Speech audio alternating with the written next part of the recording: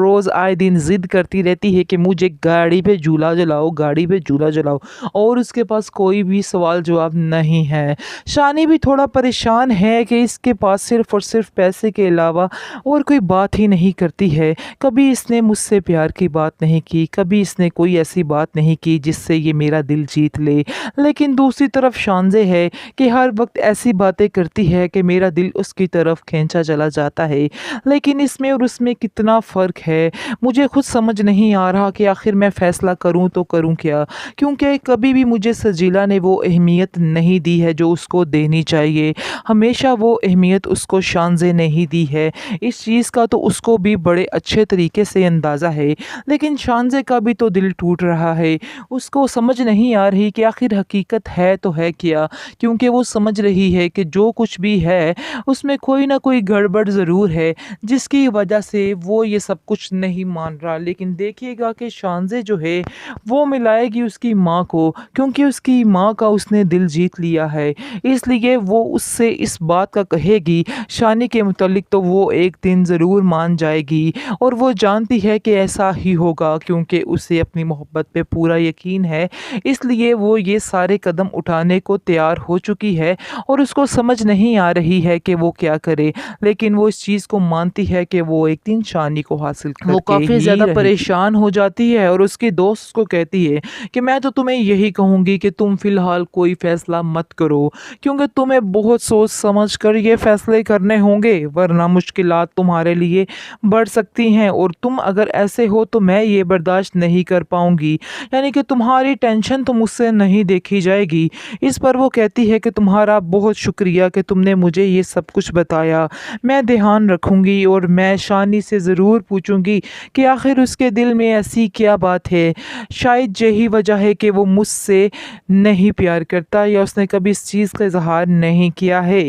دوسری طرف آپ دیکھیں گے کہ بے حد پریشان ہے شانزے کا باپ، اور وہ اپنی بیوی کے پیچھے پڑا ہوا ہے، اس کو کہتا ہے کہ جتنی جلدی ہو سکے اس لڑکے سے پیچھا چھڑوا لو، کیونکہ میں اس لڑکے کو پتہ نہیں کیوں پسند نہیں کرتا، ان کی اور ہماری کلاس میں زمین آسمان کا فرق ہے، یہ چیز تو سوچنی چاہیے تھی شانزے کو، لیکن شانزے نے کچھ بھی نہیں سوچا، اور اس نے بہت ہی غلط کیا ہے، اور مجھے آج افسوس ہو رہا ہے کہ میری بیٹی کی پسند اتنی گھٹیا بھی ہو سکتی ہے۔ لیکن اب دیکھیں گے کہ شانزے کی ماں جو ہے وہ اس کا بھرپور ساتھ دیتی ہے، اور کہتی ہے کہ نہیں، آپ جو سوچ رہے ہیں بالکل غلط سوچ رہے ہیں، ایسا کچھ بھی نہیں ہے، مجھے نہیں لگتا ہے کہ اس کی چوائس گھٹیا ہے، مجھے بھی وہ لڑکا بہت ہی اچھا لگا، اس لیے بہتر یہی ہے کہ ہم بھی دوبارہ اس ٹاپک پر بات نہ کریں، کیونکہ میں جانتی ہوں کہ میری بیٹی کبھی کوئی غلط فیصلہ نہیں کرے گی۔ اس پر وہ خاموش ہو جاتا ہے اور کہتا ہے دیکھ لینا، کیونکہ یہ نہ ہو کہ کل کو آپ لوگوں کو پچھتانا پڑے،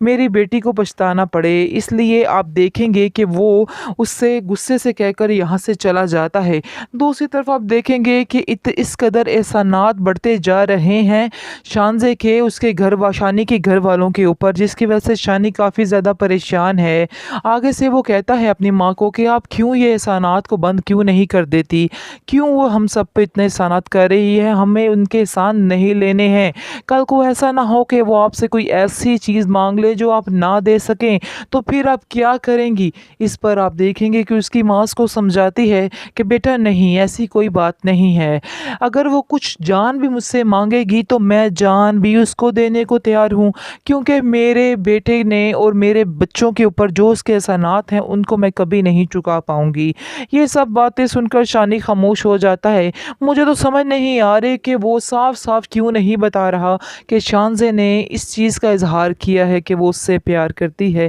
کیوں بات کو گھما پھرا کر اس طرح کی باتیں کر رہا ہے۔ بہرحال اب دیکھیں گے کہ ڈرامے کو لمبے کرنے کے لیے یہ سب کچھ تو کرنا ہی پڑتا ہے۔ بہرحال اب دیکھیں گے کہ سجیلا جو ہے وہ بھی کافی زیادہ ایکسائٹڈ ہے، اب وہ تو بس اب انہی خوابوں میں رہتی ہے اور روز آئے دن ضد کرتی رہتی ہے کہ مجھے گاڑی پہ جھولا جلاؤ، گاڑی پہ جھولا جلاؤ، اور اس کے پاس کوئی بھی سوال جواب نہیں ہے۔ شانی بھی تھوڑا پریشان ہے کہ اس کے پاس صرف اور صرف پیسے کے علاوہ اور کوئی بات ہی نہیں کرتی ہے، کبھی اس نے مجھ سے پیار کی بات نہیں کی، کبھی اس نے کوئی ایسی بات نہیں کی جس سے یہ میرا دل جیت لے، لیکن دوسری طرف شانزے ہے کہ ہر وقت ایسی باتیں کرتی ہے کہ میرا دل اس کی طرف کھینچا چلا جاتا ہے،